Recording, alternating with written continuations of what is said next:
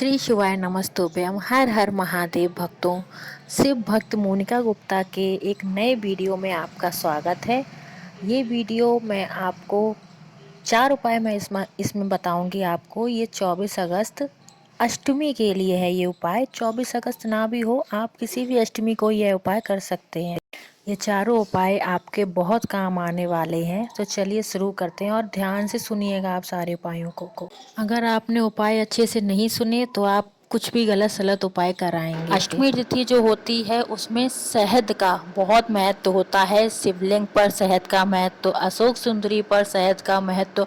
अगर आप लोग कोई उपाय नहीं भी कर रहे हैं तब भी अष्टमी तिथि को शहद चढ़ाना बहुत ही लाभदायक माना जाता है। तो चलिए आज हम लोग शहद के ही उपाय बताने जा रहे हैं। अगर आपके घर में बहुत ज़्यादा विवाद चलते रहते हैं, घर में परिवार में जितने लोग हैं, सास बहू में विवाद, नंद भाभी में विवाद, भाई भाई में विवाद, तो यह उपाय आपके लिए है। आप लोगों को एक छोटी सी कटोरी में लगभग 1 चम्मच शहद ले लेना है और शहद लेकर आप अपने घर के पास में ही जो शिवालय हो उसमें चले जाइए और वहाँ जाकर जो शिवलिंग में अशोक सुंदरी माता है, वो तो आप सभी जानते होंगे कि जो शिवलिंग की जलाधारी में उठा हुआ हिस्सा होता है वही अशोक सुंदरी का स्थान होता है।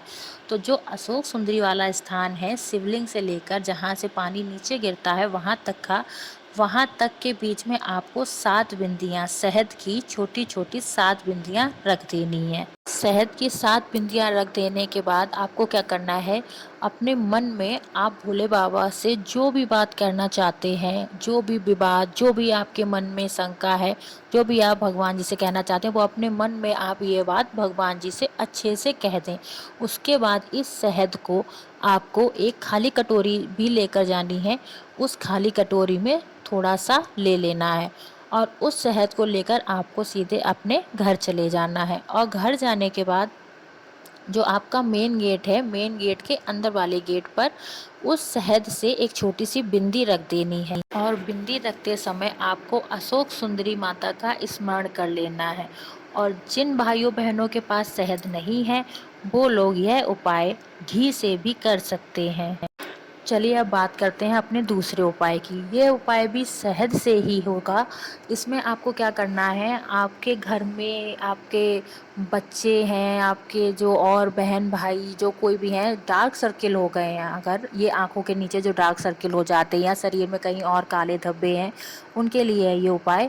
आपको क्या करना है, शहद लेना है, उतनी ही शहद लेना है छोटी सी कटोरी में जितना आप पहले उपाय में लेकर जाएंगे, उतना ही शहद लेना है। लाल चंदन लेना है।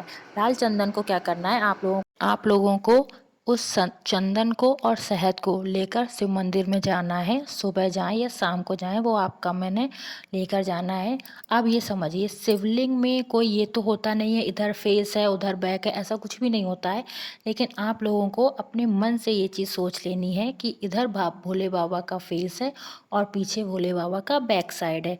तो आप लोगों को क्या करना है, जो आप लाल चंदन घर से लेकर गए हैं उस लाल चंदन को भोले बाबा की जो आपने बैक साइड समझी है उस पर अच्छे से लगा देना है लाल चंदन को। और जो आप शहद लेकर गए हैं, शहद को अशोक सुंदरी माता पर अच्छे से डालकर फैला देना है। अच्छे से मतलब लगा देना है अशोक सुंदरी वाले स्थान पर। अब ये जो आपने शिवलिंग पर चंदन लगाया है उसको एक खाली कटोरी में उतार लेना और जो अशोक सुंदरी वाले स्थान पर जो आपने शहद लेपन किया था उसको भी एक छोटी सी कटोरी में ले आना है। दोनों को अलग अलग कटोरियों में लेकर आना है। उसके बाद जो आप तावे के कलश में जल लेकर गए हैं भोले बाबा पे समर्पित करने के लिए, उस जल को भोले बाबा के ऊपर अच्छे से समर्पित कर देना है।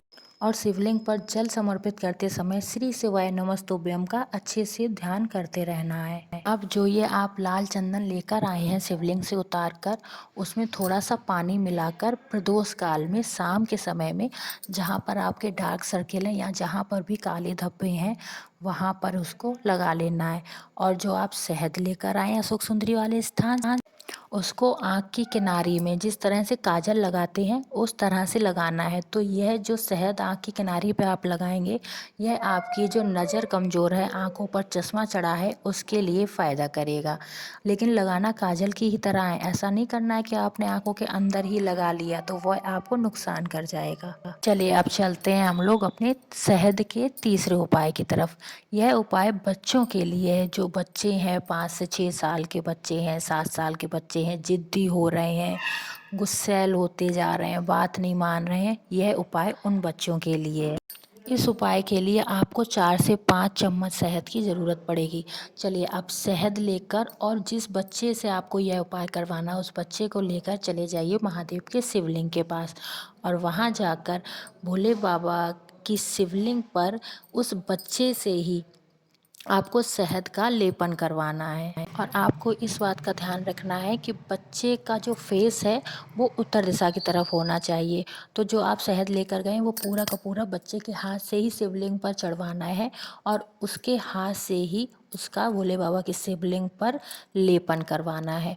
और जब ये लेपन अच्छे से हो जाए तो आपको उसी में से शहद में से एक बिंदी लेकर बच्चे के सर पर लगा देनी है। और जो बच्चे ने शहद का लेपन किया है उसी लेपन वाले हाथ से, जैसे हम लोग त्रिपुंड लगाते हैं, उन्हीं 3 उंगलियों से बच्चे से शिवलिंग पर ओम बनवा देना है। और जो बच्चे ने ओम बनाया है, ओम में से ही थोड़ा सा शहद लेकर उस बच्चे के माथे पर बिंदी लगा देनी है। और मस्तक पर बिंदी लगाते समय ही आपको हाटकेश्वर महादेव का स्मरण कर लेना है मन में। और उसके बाद बच्चे के हाथ से ही एक शुद्ध लोटा, जो आप तांबे का जल लेके गए हैं, वह पूरा का पूरा जल भोले बाबा की शिवलिंग पर समर्पित करवा देना है। चलिए अब बात करते हैं अपने चौथे और लास्ट उपाय के बारे में। इसमें हम लोगों को किस किस चीज़ की ज़रूरत पड़ेगी? केवल 1 बूंद शहद की ज़रूरत इसमें हमको पड़ेगी, और लाल चंदन, पीला चंदन और 1 बेलपत्र। इन चीज़ों को लेकर आप शिव मंदिर में चले जाइए। वहाँ जाकर जो आप बेलपत्र लाए हैं उसकी जो बीच वाली पत्ती होती है उस पर अच्छे से लाल चंदन लगा दीजिए, और जो साइड में 2 पत्तियाँ होती हैं उन दोनों पर पीला चंदन लगाना है। इसके बाद जो बीच वाली डंडी रह गई, बीच वाली डंडी पर जो आप 1 बूंद शहद लेकर आए थे उस शहद को लगाना है। तो जो तीनों पत्तियों के बीच में डंडी की जगह रह गई है वहाँ पर उस शहद को लगाना है। और उस शहद को लगाने के बाद बात रह गई पकड़ने की।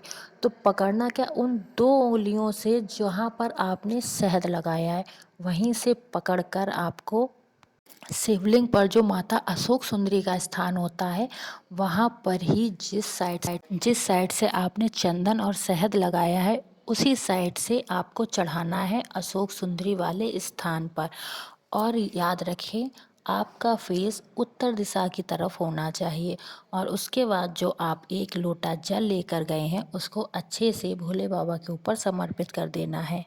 और जल चढ़ाते समय श्री शिवाय नमस्तुभ्यम का ध्यान करते रहना है। 24 अगस्त की अष्टमी के लिए ये चारों उपाय आपको कैसे लगे?